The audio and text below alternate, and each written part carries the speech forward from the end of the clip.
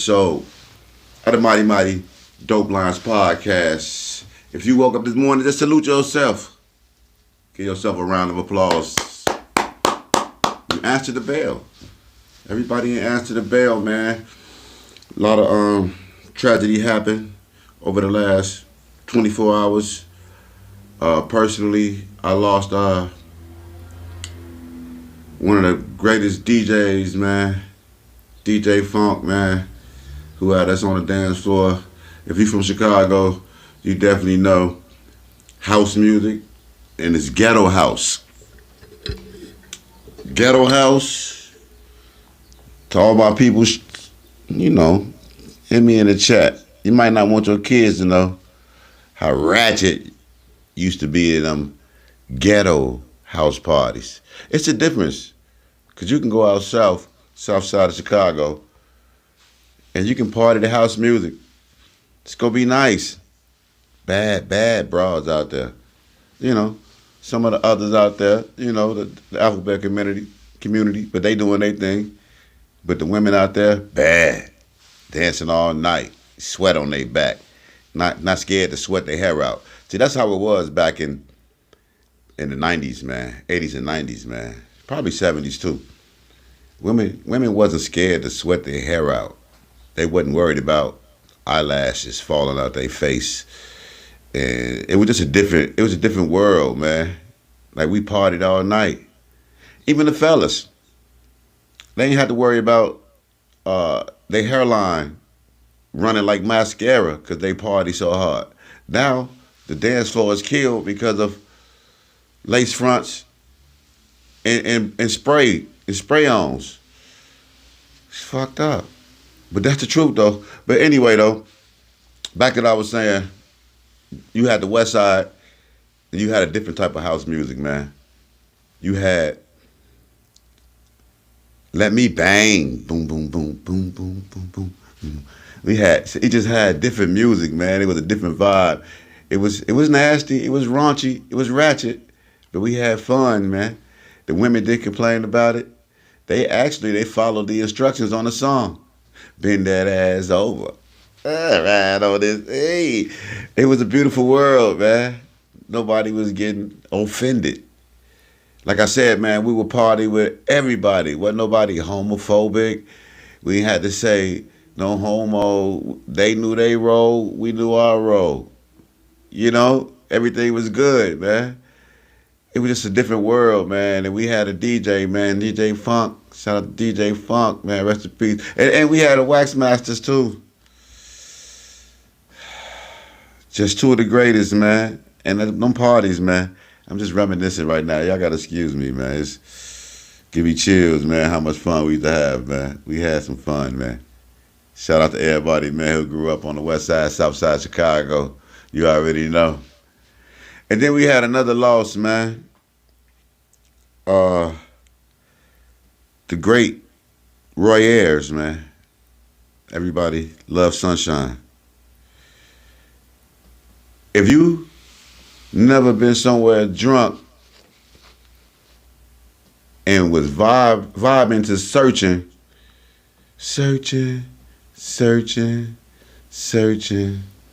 you ain't from Chicago. If you a DJ and you never spent that, I'm searching, you ain't a DJ from Chicago. It's just a lot, man. And I got to shout out to my homie Wicked Rob. You dig?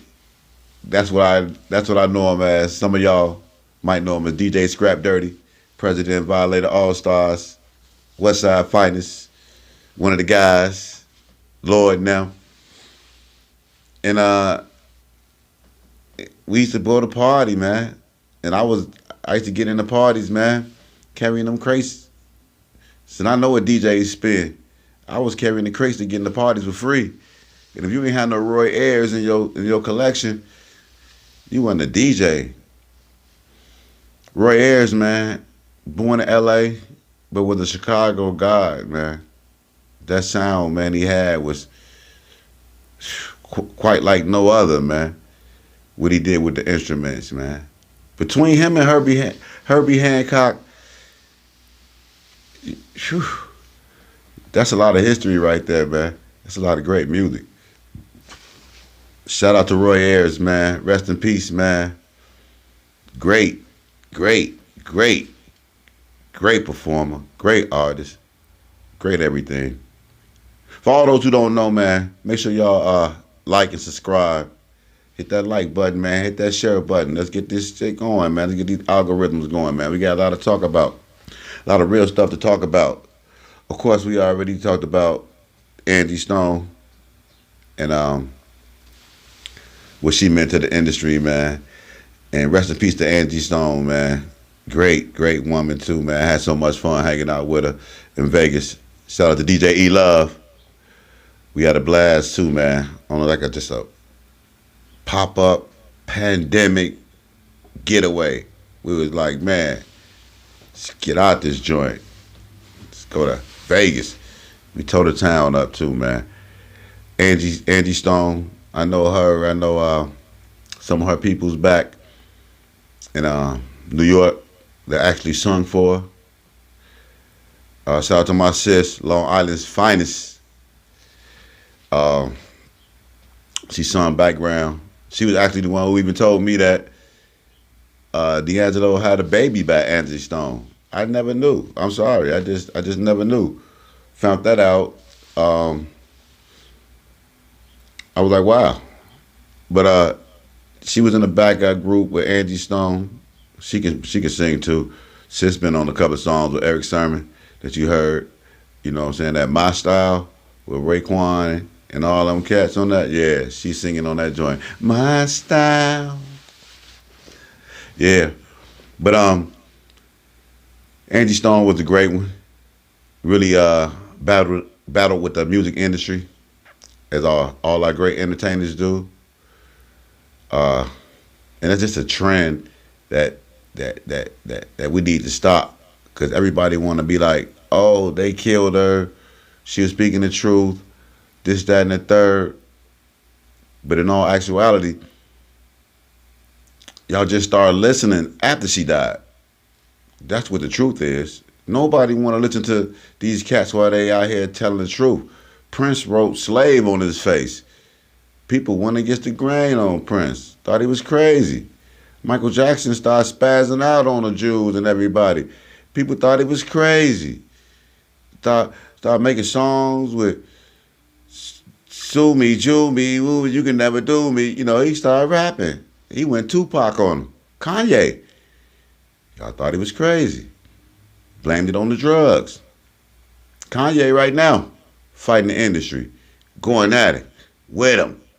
Neck for neck. Nazi t-shirts. Selling shoes with the Nazis. With Adidas. Allegedly. But they sold all the shoes. He made money with the Jews and with the Germans. But somehow they want to go to war with the little black boy.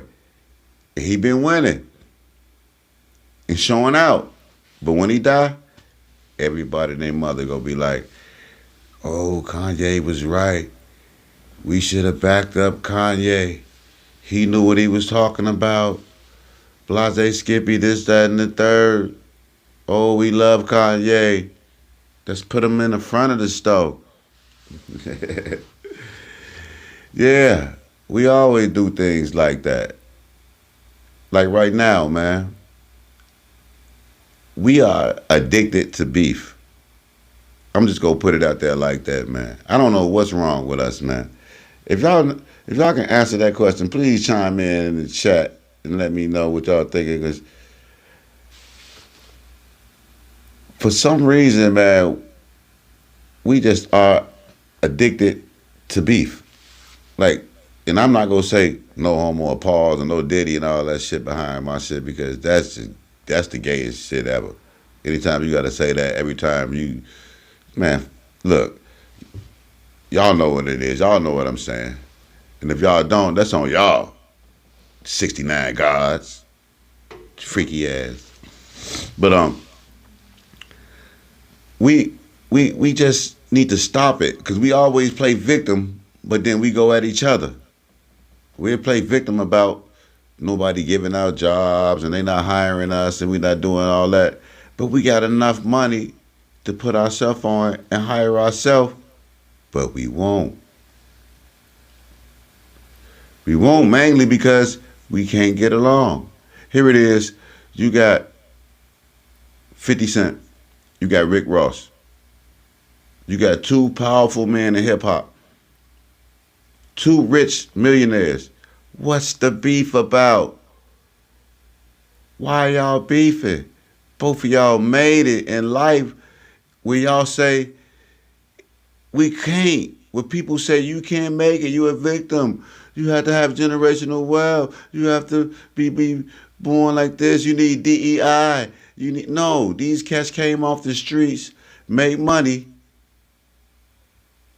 off some degrading music and kind of, putting out a bad eye on a culture with the music, but nevertheless, they still made it.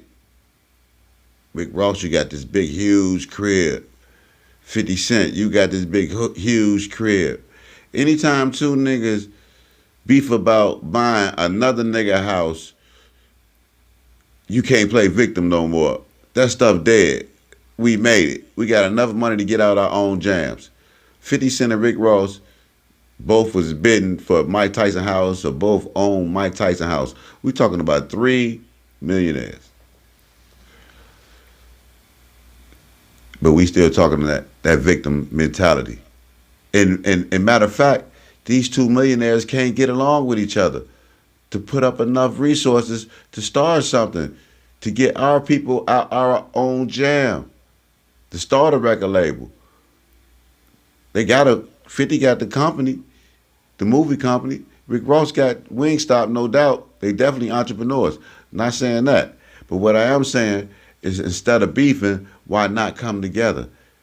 Instead of beefing over a dude that did 30 years in the joint for getting co-selling drugs, how about let's come together and let's get some atonement. Let's apologize for the damage that we done to the culture and let's make money for the culture.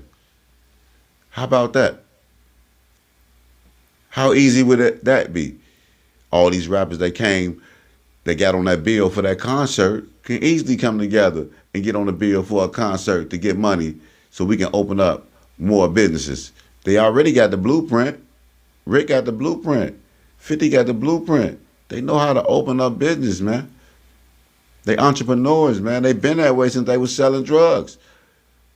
Same marketing strategy, business strategy, packaging, marketing, loss prevention. Everything that you do in the Fortune 500 company, you do to run the block. So they already had the formulas. They just flipped it to something legal, and it worked. But why they got a beef? What's the beef about? Meanwhile, you got Drake and Kendrick. Now that's some hip hop beef. I understand that. But when they get into around where us as black people want to see somebody else's career get destroyed, not just lose a battle. Because I watch Smack DVD, man. I watch URL. I watch all those battles. And these cats, they go for blood. But they're not trying to necessarily end somebody's career. In hip-hop, we treat it like the Roman Coliseum, like a gladiator sport. We want it to death. We want you to finish him. Let the lions loose on him. Eat the remains. We want death. We want a few people to die. We want a career to end. We want to see somebody fall off. We want to see somebody be victorious. And that's what we want. And of course, I love hip hop. I love beef. I love to see rappers go at it. I've been watching that my whole life. Kumo D, LL Cool J, Hov, Nas, all that. But I also seen them cats come together and make money and break bread. That's the whole thing of hip hop, man. We can beef, but let's beef and get some money. Even if you beef to the point where you faking the beef to get some money, I will honor that more. If I found out that Rick Ross and 50 Cent putting on a PR stunt, I would be the biggest, happiest fool out there to find out that's what's going down. If Kendrick and Drake came together like Kanye and Drake did a concert, that would be huge. That would be magnificent for hip hop. That would be hip hop. We beefing, we come together. We did a show. Not only since, I'm gonna say, it's been recently since rappers stopped really communicating with each other after a beef. I believe if Pac and Biggie was alive, they would have came together by now. They would have did a song, man. And like I say, what's the beef about? Two millionaires beefing about the loyalty of another dude. That's when you need to say, no Diddy. Why is two dudes beefing over a loyalty over a dude that got out of jail early? Allegedly. But for real, ain't it strange that two millionaires, two dudes that's well off, fighting tug of war, Stretch Armstrong and this dude, they got buddy like Stretch Armstrong, stretching them out. Come this way, come this way. I want you on this side, I want you on this side. I got money for you, I got money for you.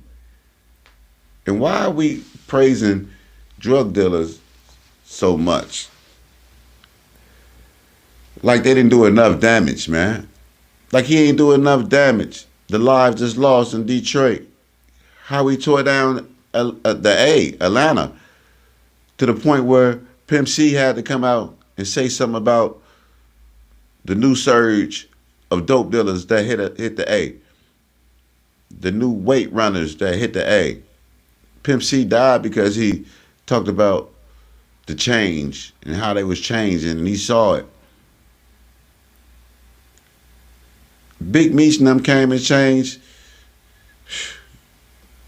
the whole paradigm of Atlanta, the paradise. It was nice. It was different. The Black Mecca. They put up BMF signs on the billboard. You know, kicked off fights in strip clubs. Started this dope dealing mentality where we thought they was real. And like Loaded Luck said, your Pops wasn't a gangster. He was just another lost nigga. Shout out to Loaded Lux on that. Shout out to 52 for reposting that joint. That was a dope clip I put up. But yeah, the whole thing of beef, man, gotta stop. And we fell for it in the 90s. You know, I can't lie. I'm a barber, so I done been in many get into life or death situations arguing about Tupac and Biggie. We fell for it. The height, the death, the destruction. It was exciting. So I understand the allure of the beef. But when they get to this point now where everybody is rich, everybody made it, everybody is on point, we got to get on code. And on code is taking back the industry, not dividing ourselves or splitting up, starting wars and beefs. We need to put all this money together. You got Cam, you got Jim Jones, you got Mace, you got Ocho, you got all these dudes that's supposed to be successful and retired at their sport or their career, and they moving on to this podcasting, and they supposed to be happy. Why the fuck is Cam them beefing? Why would you come into our realm of podcasting as a retired millionaire and bring beef into our industry and make beef popular. Because that's the only reason why these cats is popular. It ain't like they really got a real sincere breakdown on anything, a real perspective on anything. They just say negative, stupid stuff that excite the culture. Yeah, I said it. Now, Gilly, $1 million worth of game, you can get some game out of them cats. They just don't say silly stuff. They say some real heartfelt, what's going on, make sense type of moves. High level conversation through them boys. You can find some good conversations. But everybody else who's out there beefing, come on, man. That's not that's not the podcast world we trying to create. The Ocho Cincos going at it, the Shannon Sharps. Really, that y'all brought that female energy, and y'all got us looking like The View. Us podcasters are trying to be real. We trying to be the anti-View. We trying to be anti-CNN, anti-Fox. We want to be the real street, the voice of the streets, where we can break down some real stuff for y'all and cut through the bull and let y'all know how to survive in a room full of vultures. That's what Dope Line's about. That's what real podcasting is about. That's why you never see me podcast about Jim Jones and Cameron beef or anybody beef. I can get followers. I can get views. I can blow up. I can play a couple of clips and get, sky high, subscribers. But that ain't what it's about. We going the other route. We talking about music. We talking about life. We talking about love. We bringing back that Lil Duval feeling. Living my best life. We ain't had that song played since Trump was in office the first time. And everybody was living their best life. Yeah. But I just wanted to break down a couple of things, man. Let everybody know what time it is, man. Dope Lines. Make sure y'all like, subscribe, share, man. Got a lot of dope content. Got a lot of dope segments coming. A lot of dope interviews. Trust and believe. A lot of dope interviews. We all through the city of Chicago, this summer. It's the summer of the Chi. Got some big things planned. We all through the city of the Chi. So the city, get ready. I need everybody from the city, man. Hit that like button. Hit that subscribe button. Matter of fact, if you're an American, shout out to all my Americans, man. Seems like it's a lot of people that's going with Canada and riding with Ukraine and everybody else and Mexico. The border's free. Go cross them. Excuse me. Stay over there. See how much love you get. How wanted you are over there. How much you can go over there with that sassy black attitude, moving your neck and hands and stuff. See how them other countries deal with that. They go run your ass back to Chicago, to New York, to Atlanta. Don't you go to them other countries trying to play that high-powered role. They don't play that over there. You better know your role over there. But anyway, man, this your boy T Hyphen, man. Like I said, like, subscribe, share. Reef, what up, my dog?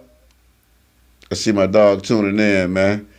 I definitely got, and I'm gonna tell you one thing too. Shout out to my boy Reef, man. Reef. When I tell you, man, this dude, Mr. Majors, can rap. He got some new music on the way too, man. I'm definitely getting him tapped in, get an interview from him, man. He doing a lot right now. He preparing to fight Tank. he preparing to fight Tank, man. The man is in war, man. I be seeing him in the gym, man, throwing them things every time, man. So shout out to my boy Reefer Reed, man. Thanks for tuning in, man. You already know. Dope Lines Podcast. Hey, and make sure y'all stay ready too. Stay tuned for Dope Lines Apparel. Got some new stuff coming for the spring edition, summer edition. That 420, be on the lookout for my 420 edition coming, the end of next week. Yes, sir. 420 edition. You catch me in the city, I'm on the corners. I'm bringing this dope. We doing this off the web. My 420 thing, I'm coming to the spots. I'm coming to the barbershops. I'm outside your smoke shop. I'm outside everywhere pulling up with these shirts. I'm outside anywhere. I'm outside the dispensary making money selling these shirts. I'm in the streets with it this time. Dope lines, baby. We on the corner. We better start a dope line outside the dispensary. Shirts going. You dig? T-shirts 2 for $50. Park. T-shirts, hats, hoodies, park. T-shirts, hats, hoodies, park. Fuck you talking about? Shout out to all my people though, man. Tuning in, man. Love. Dope lines. Like, subscribe.